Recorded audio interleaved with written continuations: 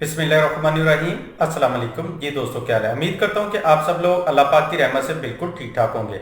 आज की इस वीडियो में मैं आपको जो टिप बताने जा रहा हूँ वो गिरते बालों के लिए और टूटते बालों के लिए है।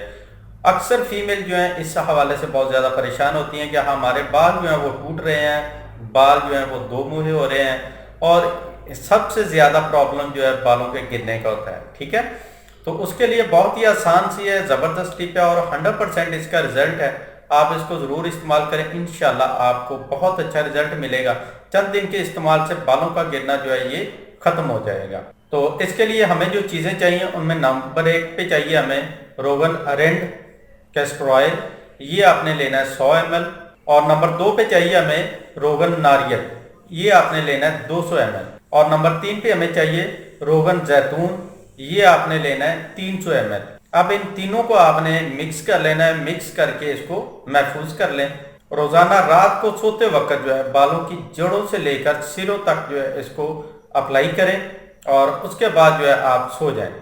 सुबह नॉर्मल पानी से जो है आप इसको वॉश कर लें तो इंशाल्लाह चंद दिन के इस्तेमाल से आपके बाल जो हैं वो गिरना बंद हो जाएंगे, बाल मजबूत होंगे, शाइनिंग होंगे। ठीक है, तो इसको ज़रूर इस्तेमाल करें और इसके साथ जो है थोड़ा सा अपना डाइट जो है वो भी चेंज करें।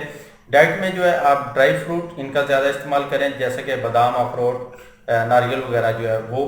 और एक बात का आपने खास ख्याल रखना है कि गीले बालों में जो है आपने ऑयल नहीं लगाना, कोई सा भी ऑयल।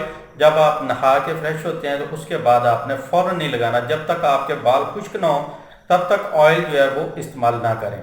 इसके साथ ऐसी ग़िज़ाएँ जो कब्ज़ पैदा करती हैं उनसे भी आपने मुकम्मल परहेज़ करना है, वो आपने नहीं खानी। जैसा कि बिस्किट वगैरह हो गया, बेकरी की बनी चीज़ें हैं, नान है, खासकर ये नान।